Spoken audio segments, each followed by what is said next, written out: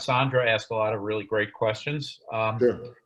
and I could read them. A lot of them fall into that same category, unfortunately, that we just don't really have the answers now. Well, I could ask them though. well, before you, well, I want to finish with the safety piece, because I think that's a really important piece for people to understand and for us to be able to address the best we can. Did we get through the questions that we had about that? Well, there's more questions on safety. They're just, a lot of them are very specific, that the DOE, like for instance, will there be partitions around the students' desks? I'm going to guess that the DOE would have to, first of all, require it. Second of all, give us some resources to do things like that. So I don't know how to answer that exactly. Well, I can tell you there's been no communication. Don't get me wrong. I'm just not sure how we could approach it. There's been no communication with me about partitions around desks for our school at this point. No. Questions about air quality, ventilation systems. Our school is an old building where we have air conditioners in every classroom, and they all work. It's very unusual, but that is the case in our school. And just to follow up, some of the questions about like isolation rooms, I know this from some of the UFT meetings too. Mm-hmm. We're going to get very exact answers for what to do. Kid comes and the kid is sick. What do you do? Well, and we will have an isolation room. Yeah, but we're going to have to. We do have a full-time nurse. Yep. Contact tracing. We're not going to do contact tracing, but I'd imagine that there will be contact tracing done for kids who have COVID, right? Yeah, well, they will. It's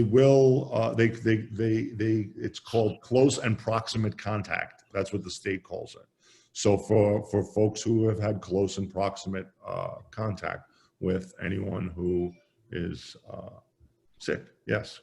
Yeah. So, I've spoken to several parents on the phone. Mm-hmm. And so basically, the number one priority that we have is the safety of the kids and trying to make sure that they're not exposed to the virus. That's and right. That's really number one. How we go about it is a little up in the air, because they're going to have to, the DOE is going to have to provide us resources and guidance and rules, and also tell us what choices we have. So, but that is number one. That's why we went over, above and beyond everything else, including academics, is keeping everyone safe. So, I'm looking at the other questions. I don't want to continuously say we don't have an exact answer. But again, for the people who sent them in, these are great questions. These are the exact questions we're going to need answers for going forward. So maybe we should go, unless does anyone, Sandra, you sent in some great questions. Are any that we didn't address that you think we should specifically?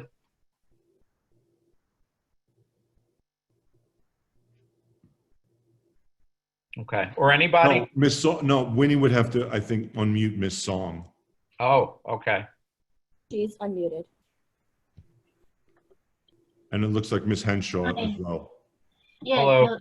So, thank you for addressing those questions. I think on the health and safety front, we've covered the majority of it. I completely understand, even from other school forums I've been on, that these questions are not going, you're not going to have the answers. Totally understand that. It's still, still in the beginning, but it's worrisome that we as parents have to decide on August 7th when the DOE has no answers.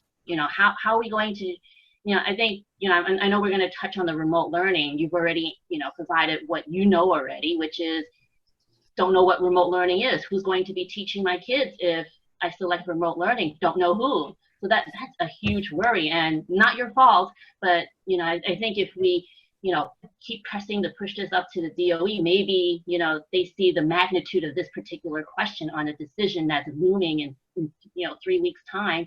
They'll come up with some sort of a solution, because if it's I think a lot of parents are concerned if we're just being thrown worksheets or even the stuff that they have on the DOE website, that's not comparable teaching or learning, for our kids at, at such a high caliber school.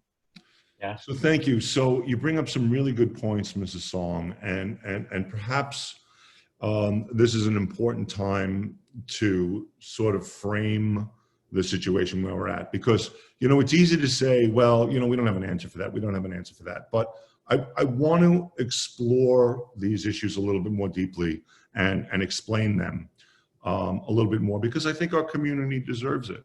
I really do. I think that for me, for Principal Berman and the staff of IS 187, that with the experience and the resources that we have in our school, I think we can put together a fantastic program to address the needs of our kids, whether it's in a blended model, a remote model, or an all-in-school model. I think obviously we do a pretty good job in an all-in-school model, right? Normally, when things are in a normal state. Obviously, they're not. However, in order for us to do that, given this state, two things have to happen, given the current constraints that we have. Number one, we have to be able to operate outside of the boundaries of the UFT contract. And number two, I need access to funds and equipment that we don't currently have. If we can do those two things, we can put together a really great program. However, obviously, those are things that we can't do. And I want to explain very, very clearly how this comes into play so that you as a parent understand the constraints that we have to provide you and your children with outstanding remote instruction when our teachers are in school. Let me explain. Pick your favorite subject. Maybe it's English language arts. And you decide that you want to go to school to be a teacher, and you get a job in a school, and you go to work on Monday, and you go to teach your children. In a middle school, you teach 5 periods a day. You get a lunch, you get a preparation period, and you get an administrative period to do your planning and the voluminous amount of work that a teacher needs to do in addition to teach his or her children. So you come to school Monday morning and you have first period and you teach your class. And it's kind of odd because there were only a third of them there because it's the first day you're coming in, and your classes are split into 3 groups, of course, because we're doing remote learning and we have to socially distance. So a third of your students are there, 2/3 of them are home. So you teach your lesson. Okay. Now, question is, who's teaching the children who are at home? It's a very important question at this point. And you might say, well, okay, great. Let's put a camera in the back of the class. And they can see what's going on and they can participate in that. And we can have a live streamed class. That would be great. That's where the money part comes in. Our networks are woefully unprepared and incapable of sustaining live streaming network traffic in any kind of sustainable way. And I can explain that to you in a way that might make sense, because you probably have a decent connection at home. You have an internet connection, which probably is about 1,000 megabit if you have Verizon Fios. Maybe it's 500 megabit, 200 megabit, whatever it is. Probably close to 1,000 though if you've got Fios or something like that. And you have a number of devices, maybe 10 devices at home connected to it. At school right now, we have 100 to 200 megabit service for the hundreds, if not thousands of devices that we have. So live streaming is a real big problem. So if our teachers are in school, so now you might say, well, but of course, but there are going to be teachers who are at home, right? There are teachers, and teachers have the ability to request accommodations if they have particular medical conditions or concerns, so that those teachers they can do the remote learning at home. Well, the concern there, though, is even if 25% of our staff had accommodations and were home, that's a lot. I don't expect that many, but let's say there were that many. It's only a quarter of our staff at home to teach 2/3 of our students. It's only about 16 teachers to teach 650 students. So we need to know who's home and who's in school. And obviously, as you know, we're not going to know that until some point in August. So creating the plans, so when you as a parent, and you have a right to know, what is remote learning going to look like for my child? Mm-hmm. I'm sorry to tell you, I can't answer that for you. And it's not because I don't want to answer it. It's not because we're unable to answer it. Well, it's because we're unable to answer it because we don't have all the information that we need. Yep. And hopefully, you know, just to add on, we'll have some information as far as at least the basic question: will you be taught by McAuliffe kids, with McAuliffe kids by McAuliffe teachers, or are you going to go into a pool? I know that's a concern, and you know, again, unfortunately, we don't have that answer. But let's see if we could find some other questions, okay, that haven't been answered. There are many parents who picked remote learning without really understanding what remote learning is and what blended learning will be specifically at IS 187. Mm-hmm. Yeah. So is the question, can they change their mind, or what will blended learning look like? I can answer both of those. Yes, yeah, I do believe that you can change your mind. Yes. I do believe you can change your, I imagine parents can opt into remote learning at any time, the way I understand it. You can opt back into going to school quarterly. That's what I understand right now. So I'm not sure if that answers the question or not. I think that the basic, I don't know, feel free to jump in, anyone who the other part of what remote instruction will look like currently, again, given the constraints that we're talking about, currently children are going to be getting live instruction in school with their core teachers, right? So they're getting ELA, math, science, social studies with their teachers, the current structure that we have, right? Without knowing how many students are home and how many teachers are going to be home, without knowing that, right? The best way that we can set it up is with the children getting their core instruction right now in class and their elective instruction remotely, so that they're getting that face-to-face instruction. I know the expectation that parents have is they want to get live instruction remotely, that they're going to have a teacher connecting with their children in a synchronous manner remotely. I know that's your expectation. It's my expectation too. It's what your children deserve. Okay. But I cannot guarantee you that that's going to happen right now. Just to address that, last year, from the March until the end of June time period, teachers had a choice as to whether they did the live or synchronous instruction or not. I don't know what they're going to come up with in the fall.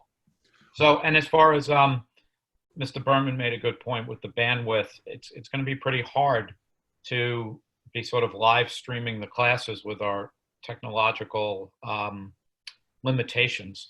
So we do have a chat going too, right? Well, I wasn't expecting that, but we can look at that. But I want to interject, Mr. File, because for me, the issue is not whether a teacher is going to do live instruction or not. I'm assuming that teachers are going to do live instruction. That's not the holdup, right? The holdup is if a teacher is in a classroom teaching 5 periods a day, that's the live instruction. They cannot also do 5 periods of instruction remotely, live in any way. No. They cannot do that. The other issue, like you said, Mr. File, and certainly the argument can be, well, some schools did, like ours, did a pretty good job with live instruction over over last year in the spring. Well, yeah, because teachers were at home using their own FiOS connections. When you put them all in the school, you've really got a different kind of problem. So why don't we, at this point, because I know there are more questions, but I would very much like to go over the plans that we do have and let Mrs. Pizarro, our programmer, talk a little bit about what those options are. So Ms. Wong, if you could unmute Mrs. Pizarro, and hopefully I can share my screen that has the different options and we can talk about those. Yes, you're a host, so you can definitely share your screen. Okay, great, thanks. Ms. Pizarro, are you ready? Yes, thanks. Oh, great. So I'll pull up screen here. Great. Hopefully you all can see that it's model 1. Mm-hmm. And Wow. Great. If Right.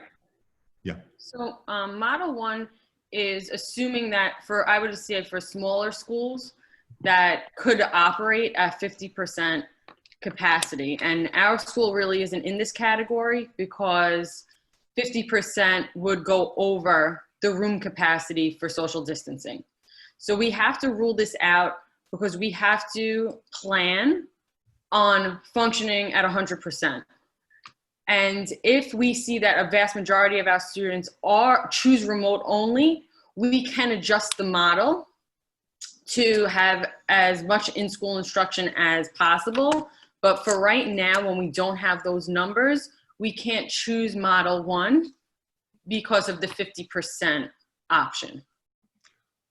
Great. Unfortunately, I have to turn it off to go to the next page, I think. So let's go to model 2, and I should be able to share that with you now.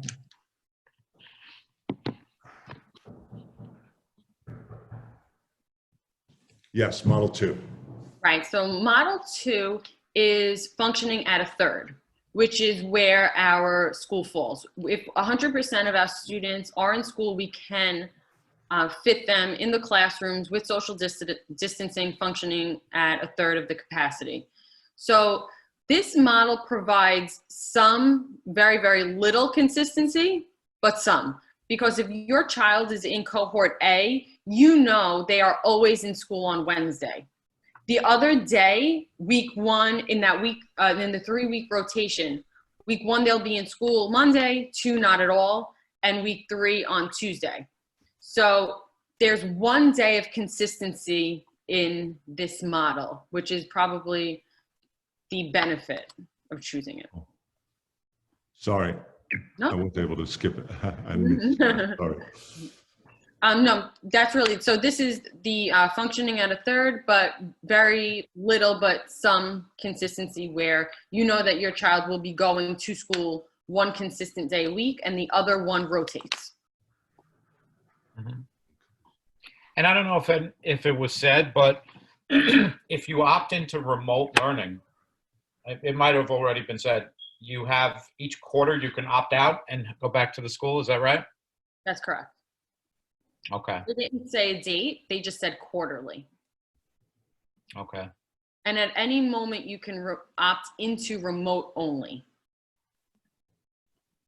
Okay. All right. So how are teachers going to be in contact with so many students? How about doing some remote learning in the school? This is from the chat. So teachers are in contact with less students, the Schoolhouse Model.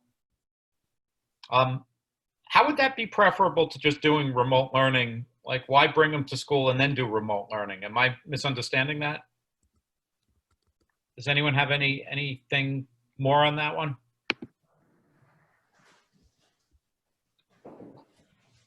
And What I is the also question? think Andrew would be the issue anyway. The question had to do with doing the Schoolhouse Model. How are teachers going to be in contact with so many students? Remote learning in the school. So teachers are in contact with less students. I do think that's part of what we're thinking, but I don't, Well, I'm not exactly what I sure. want to do, if we could for a second, if we could just let Mrs. Pizarro go through the models, and then we Okay. can talk about what Sure. some of the other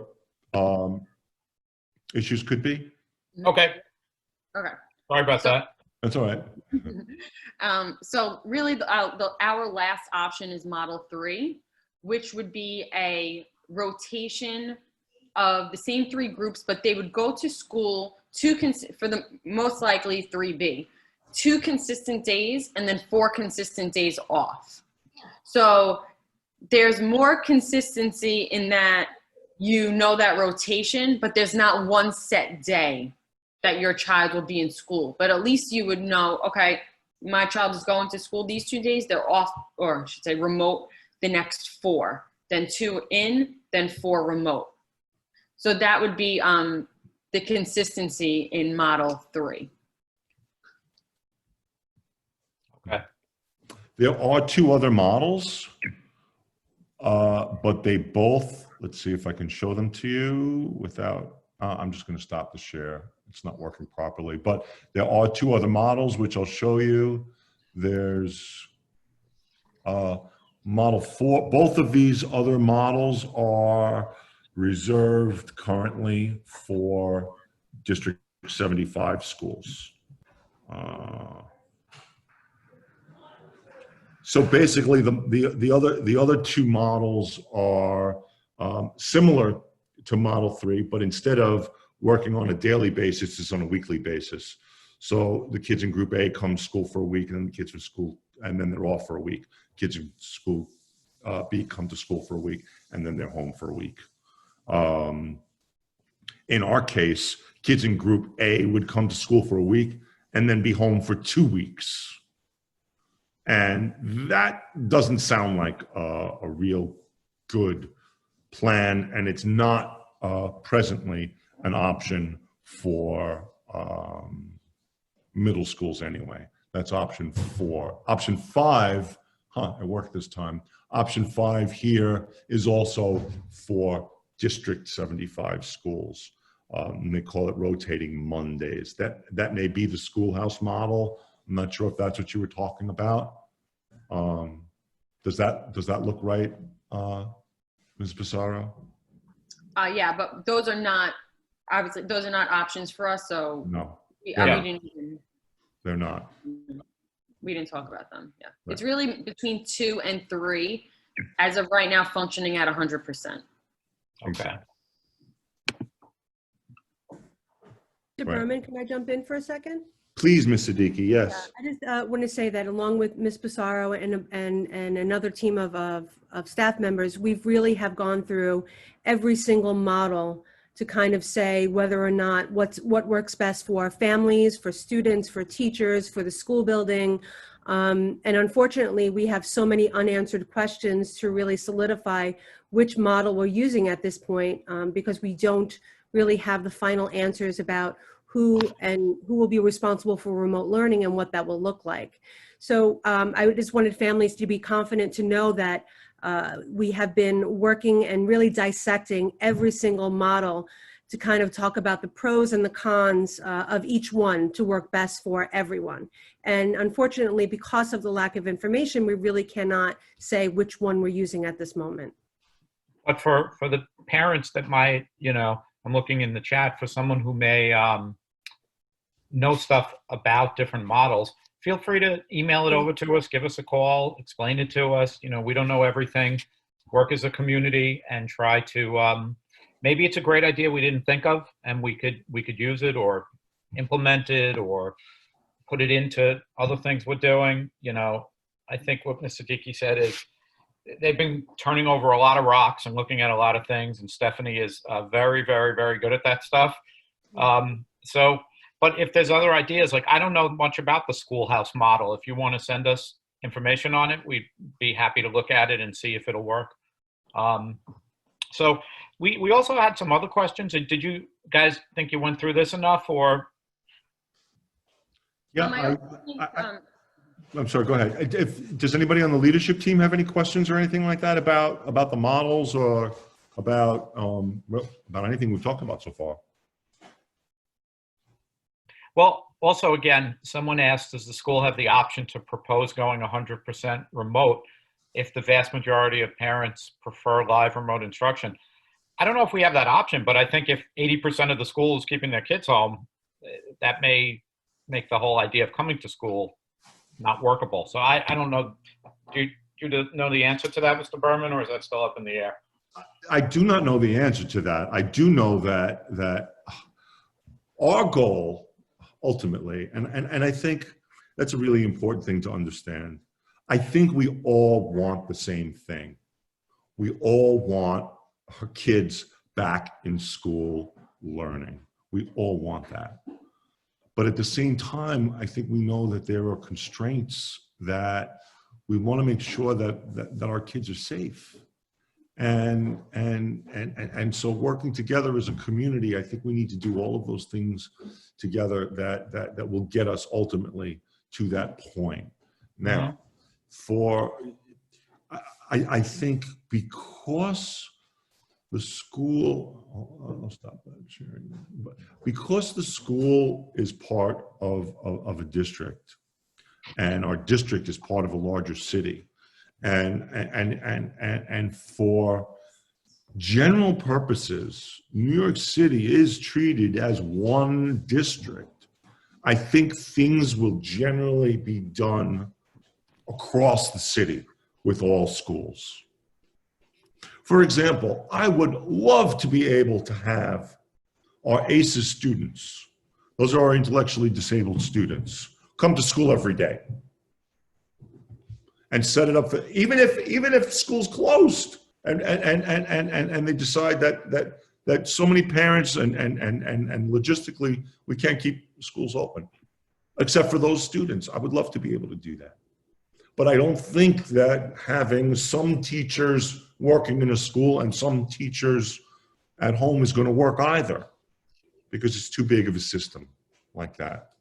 I'm afraid that things like that will prevent the nuanced approach that we really need here to be able to make it work. Like, for example, to say, well, maybe our school shouldn't open or should open.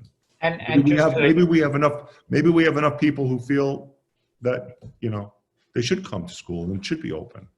I don't know. I don't think so. I don't think that makes a lot of sense, but, So we're getting like some questions too. I think these are good questions because they're happening in real time. So, great. Someone, Christina said, you must provide the same quality of instruction to online learners. So I would say, I think we're going to try our very best to do that. I think everyone's going to try their very best. I don't think that that's the goal, of course. Right. I always think in-person education is irreplaceable in the way a regular school runs when we're not in the middle of a pandemic is. But, if you make the decision to keep your kids home for remote learning, it's our job to try to make sure that they have as good an experience and as academically enriching experience as we could possibly do. So that's what that's kind of what we're working on. Jeff, can I jump in here? No. But also in terms of, I think Mr. Berman, myself, and you as a chapter leader, and Stephanie, and so many of the teachers that are here, we have 100% faith that the teachers will put a tremendous amount of effort, just like they would in live instruction. It's just figuring out what it would look like. Our teachers are professionals. Many of them are taking courses over the summer. And in terms of what they were able to accomplish from March to June, I am fully confident that they will be able to do an amazing job, whichever model we choose, given certain constraints, but I do believe that they will do an amazing, thoughtful job about their content for all of our students. I am fully confident of that. Yep. So we got some questions in advance about the well-being of kids that I thought were really good. Mm-hmm. Some of the social emotional concerns and mental health. The idea of having an advisory program to help students discuss the challenges they're facing and share ways to address them. That was Lisa Hinshaw. I think that was a very thoughtful idea and question. many middle schools in Brooklyn already block off this time. No assemblies because of what's going on. Could funds be redirected for support services to students for the whole community? I think those are great ideas. Mhm. And I guess the question is, how do we go about implementing them? And I think we're wide open to suggestions. Yeah, and I think it leads us down the road to sort of wonder what some of our enrichment programs and our after-school programs will look like. And again, I don't have any information at this point whether those will continue. Those are great opportunities to extend the learning that the children do. I'm just not sure if those programs are going to be going on. But nevertheless, one of the things that we're doing over the summer with the planning funds that the city has given us is looking at ways to address the social emotional needs of students, both who return to school and who decide to stay home remotely. And those are some of the things that we're working on over the summer as well, in teams of teachers and other staff members as well. And that's an important thing to realize about our school. And when Mr. File talked about the kind of instruction and the kind of environment when kids are at school, parents, you should know that there are so many adults, from the safety agents to the school aides to the classroom teachers, who touch the lives of your children every day when they're in school. There really is nothing like it. Yeah. So, I think the idea is a great idea. And, I'm seeing, can the school do a non-binding survey of parents to determine how many prefer blended learning versus full remote? I don't know. Well, we can do that survey, but I think your voices will be heard in the choice that you make, whether you're going to send your child to school or not. I mean, ultimately, that's what matters. What matters is when we know on whatever the date is, August 7th, these are the number of students we have in school, and these are the number of students we have remotely, and then we can start to figure out how we're going to address that need. Mm-hmm. That's really the important data point that we need. Yep. More survey data is okay, but what we're getting to a point where it doesn't really matter what people think at this point. We need to know, and again, I'm not putting pressure on you because I know it's an impossible decision to make, given the lack of information that you have. And believe me, it hurts me inside to know that I can't give you that information.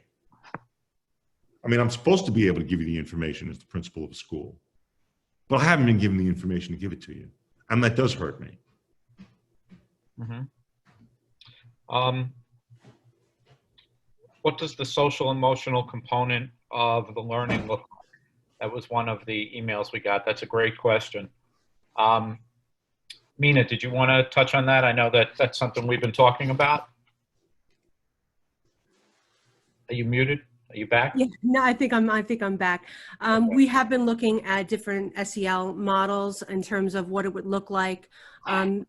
Ms. Pizarro and I have been talking about, and Mr. Berman, looking at the 1 to 8 schedule and trying to have a period where there would be an SEL program that would be integrated into the school day, to where it would be as almost like an academy class. So where you would have that in an SEL model. But however, we're still looking, once we decide what model it will be, then we'll see what SEL will look like. So it'll either be a class or it'll be integrated into certain content areas. Okay. Let's see. So are there any, for the people who are not muted, are there any questions? Is there anything? Well, I did notice something in the chat I wanted to address about streaming of live classes. No, we're not giving up on anything. In fact, I've requested from the DOE to increase our bandwidth. So no, we're not giving up on that. It is a viable solution. I just don't know that it's going to happen. Yep. And I very much sympathize with the comment, cannot make a decision until I know my child will stay with his 187 peers and teachers. he worked so hard to get into the school, be ashamed to be taught by an outside teacher. I really sympathize, and hopefully that will not be what happens. Hopefully that it'll not pan out that way. That's been a rumor, and that has been discussed, but we don't have that answer. And it really would be hard to make the decision without knowing that, unless you just feel like from a safety perspective, kids should not go back to school, period. It's really not it's a terrible position that all parents are in, not just in our school, throughout the city, maybe even throughout the country and the world. So there's a lot going on to really think about. So is there any, please consider this option, funding required? Yeah, as far as the internet and making sure we have the bandwidth, that would be good. Well,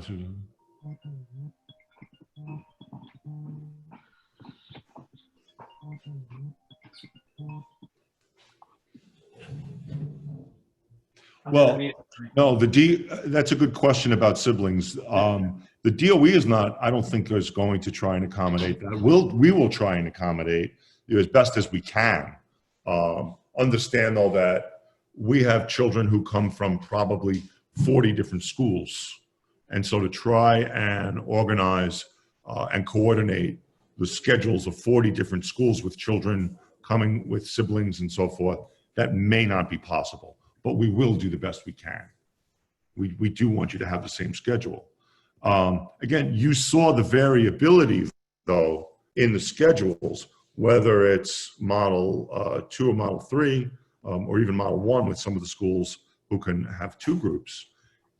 It's going to be very, very hard, if not impossible, to coordinate siblings across the schools. Yeah. We'll do the best we can. And we will certainly work very hard to coordinate siblings within our own school, right? That's something that we should be able to do, right? So if you have siblings who attend 187, I expect they'll have the same schedule, to the greatest extent possible. And, you know, my feeling is that with all the variables and how difficult it is to do the blended model, you know, my personal feeling, if I was a parent, is the remote learning, not choosing remote learning, not knowing if you're going to have our teachers and our kids and stuff, because that's a different issue.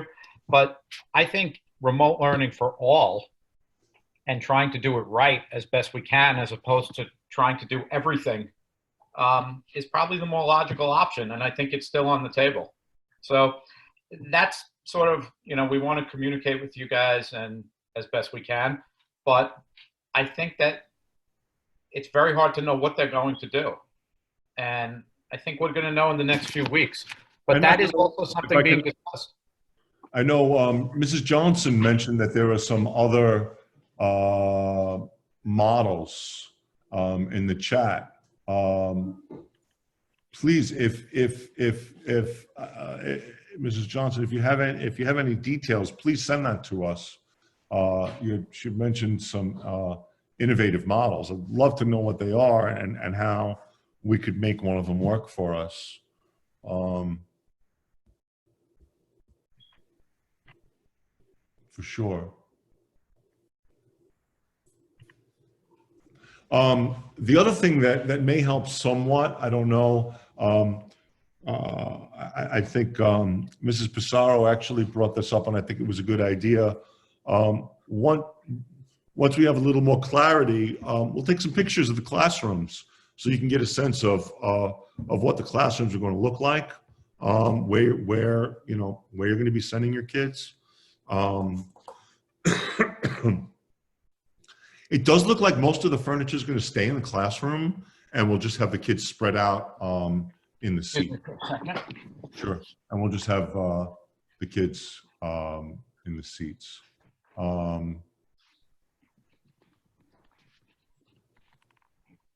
Yeah.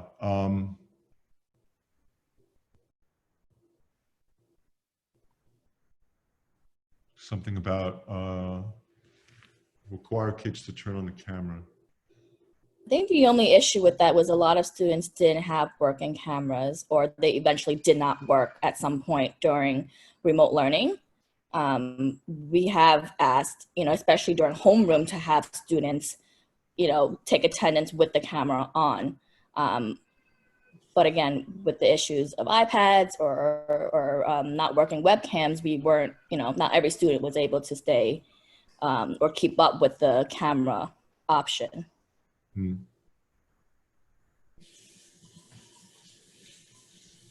Yeah, I think online could work well for everyone. Well, I think there hasn't been a standard that has been communicated yet in terms of what children are required to do or not required to do. Are they required to turn the camera on, turn it off? Do they have to? There hasn't been any direction given to us regarding those kinds of details. The expectation, of course, would be at this point that not only, as I mentioned, for the teachers doing live instruction, but that will be on camera. So too will the students. However, I can understand certainly how some families would have issues and concerns with that, and maybe that won't be the case. These are things that need to be decided and communicated very, very quickly. Excuse me, Mr. Berman, could you take over? Of course. So really, I think parents voting, for example, and sort of saying, well, we all feel that, we should be in remote learning, for example. I think it sends a message. I think I think parents should be communicating how they feel about school opening to the chancellor. I think I will happily set up a survey and share that data with the chancellor. In fact, Ms. Siddiqui and I, after our meeting today, we'll set up that survey. If there are any leadership team parents who want to sort of craft those questions so we get it right, I'm happy to do that.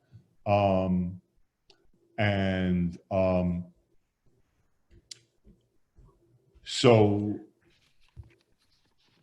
I'll certainly share those things with our superintendent and with our chancellor. Yeah.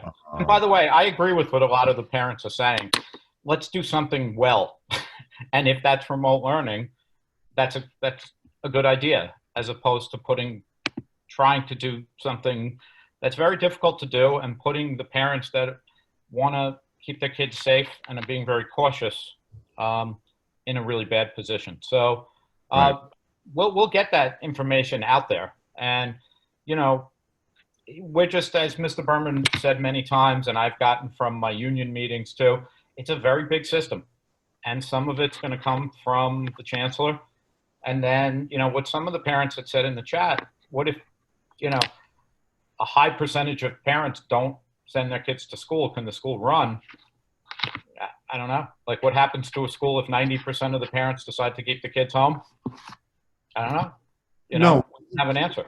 The problem is that schools need to be open, and because 90% of the parents want to stay home, there are 10% of the parents that want to send their kids to school. If schools are open and the governor and the city decide that schools are open, schools have to be open for the 10% of people who decide they want to send their kids to school. Do I think that would be a good idea? Doesn't sound like it'd be a real good idea. But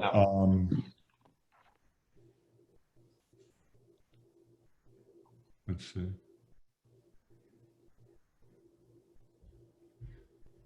Well, it's very interesting. There's a comment here. Kids want to go back to school, but not like this. My son has a very similar dilemma, about going back to college. He wants to go back to college, but does he want to go back to college and sit in his dorm room and learn remotely? That doesn't make much sense. You know, do kids want to go back to school like this? Will kids have to wear a mask every day? Yeah, they do. They have to wear a mask a lot. If your kids haven't been wearing masks, one of the things that I would suggest is start to get them acclimated to wearing masks. They're going to have to be wearing masks for several hours a day. And of course, we will build in mask breaks and opportunities for children to take them off. And yes, but if children haven't been used to wearing masks, it'd be a really good idea to start to get them used to wearing them. Yeah. And thank you very much for kind words are great. It's been hard, and I wish I could give you more information. It really pains us, you know, and I know our staff has lost sleep about this. Yep. You know, we're usually at this point, we're usually done and ready. We're doing professional development. We're getting materials ready. We're making copies for parents and students. We're in a very, very different place. And I know it's the same with a lot of schools. But I think what our focus right now is, and I want to be honest with you, what our focus right now is, and we've spent a lot of effort and energy on these different models and plans and things like that. But one thing I know for sure, and that is, to some extent, there will be remote learning going on. And because we know that to be the case, we're going to be spending time and resources and money getting better at remote learning. And we have been spending money and time getting better at remote learning this summer. Because that's one of the things that we do know for sure, that children will be spending some time remote learning. And so I do believe that that is one of the most prudent things that we could currently be spending our effort and our energy on. And ultimately, the city will help us decide who's getting temperature tested, when they're going to get temperature tested, all of these other questions, and ultimately, who's going to be doing the remote learning. Those are the things that we need those answers to.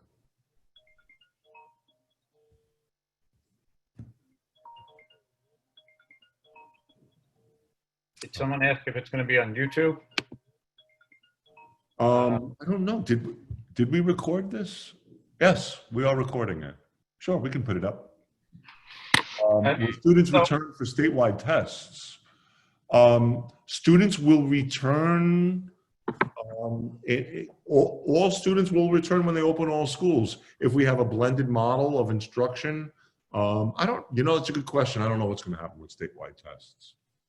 I don't know. I would imagine they're probably thinking of some sort of online sort of testing. I don't know. But just really to summarize the meeting, safety is our #1 priority, and we don't have all the answers because we're waiting for the DOE. And then obviously the social emotional well-being of our students. And we've heard a lot of great ideas. You know, I think another takeaway is, let's figure out a way where we could get the feedback of the school community, because even though, you know, we only had about 10% of, or maybe a little more of the community here, we're seeing some great ideas. So the more we get from you guys, the more informed our decisions will be. Mr. Berman, do you think you could mention how we'll be accessing some information via CareMonkey shortly? Actually, I would love for you to talk about that, since you've really taken the lead on that, Ms. Siddiqui. It's a really great system that I think is going to streamline things for us. Would you please, Ms. Siddiqui? Thank you.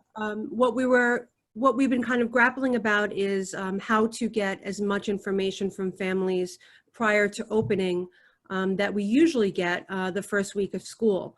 Information like blue cards, internet usage forms, 504 plans, things like that, which is what we usually get the first month of September via homeroom. With so much unknown, we decided to go with a company that is called CareMonkey, that many of the schools in the district use, and as well as the city, where parents will be able to fill out those forms online so that we can begin to access that information faster. So we have been working with the company. Families will be receiving an email very shortly to register. Once you register, you will have forms available that we encourage you to fill out as soon as possible.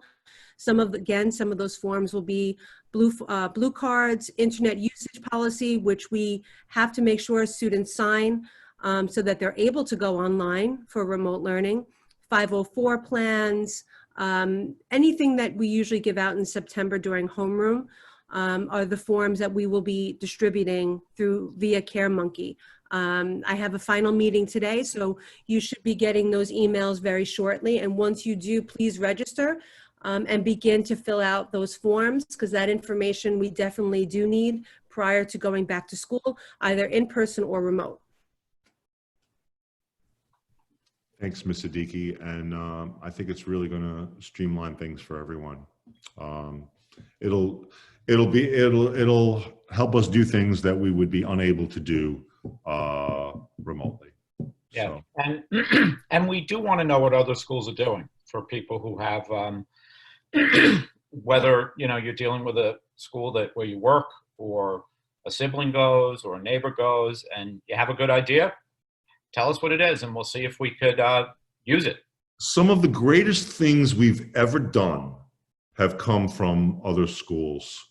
In fact, I remember a time, Mr. File, about 15 years ago, that you and I took a road trip to a school in Connecticut, and we saw an enrichment program there for families that was so popular. They were charging hundreds of dollars for each child to participate in this enrichment program. And we looked at each other and we said, well, look at this. This is unbelievable. This is a great program. We're going to bring this to our kids, and we're not going to charge them anything for it. This is going to be free. This is going to be what we're going to bring to our school. And that started us down the road for the school-wide enrichment model and enrichment clusters, and some really, really wonderful activities for the children that helped us evolve our school to the place where it was today. And that all started from another school. Our Oracy push and work, that's all come from a visit that we did that we made to Staten Island Technical High School. So I am very, very open. We don't have a monopoly on good ideas. And I am really happy to explore and look at other plans and ideas. So, all right. Yeah. I think are we in a good place? And I guess the next question is if we're going to have any follow-up meeting, a town hall was suggested. Not if, when. Okay. Yeah. Why don't you finish? Why don't you close us out with the communication piece, Mr. Okay. Falk? Yeah. So I think one of the things that most schools and probably us as well, we want to upgrade our communication during this time when everyone is so has decisions to make and is nervous and is worried. Now, one of our challenges is we don't have really great information ourselves. And so, it's difficult to have a meeting and then answer questions over and over and over saying, I don't know, I wish we knew. But we want to communicate as we learn things. We want to give you as many answers as we possibly can. So I had discussed with Vito the idea of possibly, having a town hall, and he thought that got really good reception. And I think that's probably a great idea, where we could get live questions from people in a way, and we can answer them as best we can with, hopefully the audience, tempering their expectations that we don't have all the answers. And we do work in a very large system, and we do have to take our cues from the chancellor and then the superintendent. So, but I'm totally open. Vito, what do you think? Do you want to also be involved from a PTO perspective? Well, listen, I can help. I mean, I had suggested a date of August 3rd, which gives parents a few days before they have to make the decision, so that we can communicate any additional information that we do get.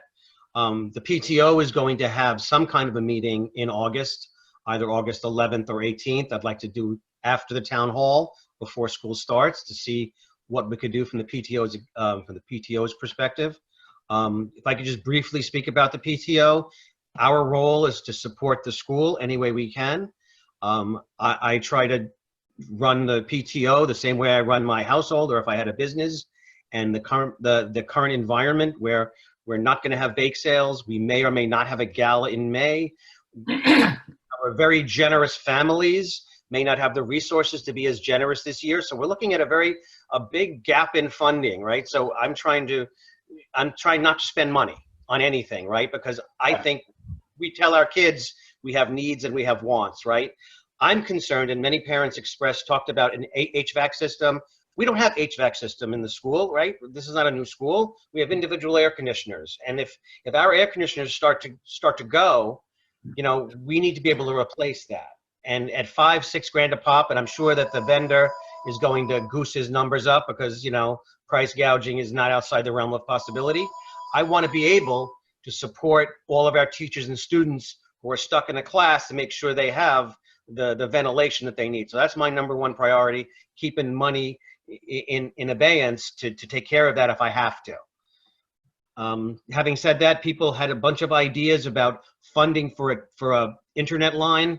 I don't know how much that would be. A T3 line is what I've spoken to some people who know. Getting a T3 line, which is what like a major line would cost. I don't know if it's $100,000 or $10,000. I don't even know who you ask. I don't know if that would be possible. It's certainly something that I would help with. I would help with the town hall, of course. We could do it together. I could help you guys host. We could get it out there. Yep. We've had 125 participants here, and I want to thank Mr. Berman, and I thank all of the other administrators and teachers, because we've answered questions that were given to us. We've answered questions in the chat, and I can't say how much receptiveness that you all have been to me as individually when I've asked questions, and what you're demonstrating here today, being so receptive and so transparent with the people that are on this chat and in this Zoom meeting. So thank you all. Thank you all very much. Thanks, Vito. Thank you, Mr. Labella. And certainly, is there anything that we've left, you know, that you'd like to bring up or discuss that we haven't brought up yet from the parent perspective? I want to thank Damaris for that really kind comment in the chat just now. That's really, really nice to hear. Oh, thank you. Yes. I know Mr. Hederman is here, and he's the director of the NIA program at 187. So I wanted to see if he might have any update in terms of after-school program of any sort. Hope you've got good news for us, Mr. Hederman. Anything? I might have caught him off guard. That's okay. Oh, I gotta unmute him. I have to tell you, NIA has been a wonderful partner with us. Okay, unmuted now. Yep, yes. There we go. How's everyone doing? As far as we know, there is funding for next year. Either way we do it, if it's for students in school or also remote, we'll be moving forward. I don't know. Yeah, it's the same as everything else. We don't have, until we have a model, we don't know what we're doing exactly. But we will be doing something. Okay, great. Well, I'm glad to know that you'll be there for us and for our kids. A lot of the social emotional work, a lot of the work to really connect kids with each other and give them the opportunity to socialize, even if it's remote socializing. It's better than nothing. And a lot of the work that you do, in fact, all the work you do, John, with your staff, has been a real benefit to our children. So thank you very much. Yeah, we have the SHSAT classes progressing, going till the middle of August. Now we just have to hope they offer the exam and it wasn't all for nothing. Yep. Thanks, John. So guys, it's going to be a difficult, challenging year. So I'd say let's support each other and stick together and communicate as best we can. And, you know, our school always does it right, and we will continue to. And so thank you for everyone. These comments are really nice, and we're really glad that I predicted there'd be 15 people here. So I'm very happy that we got such a great turnout. Yes, And and we're going to post it online, and I'll get a link on all of the PTO sites. So as soon as it's up, we'll take care of that, because I know there's a lot of people who couldn't be here that are really interested in what was said.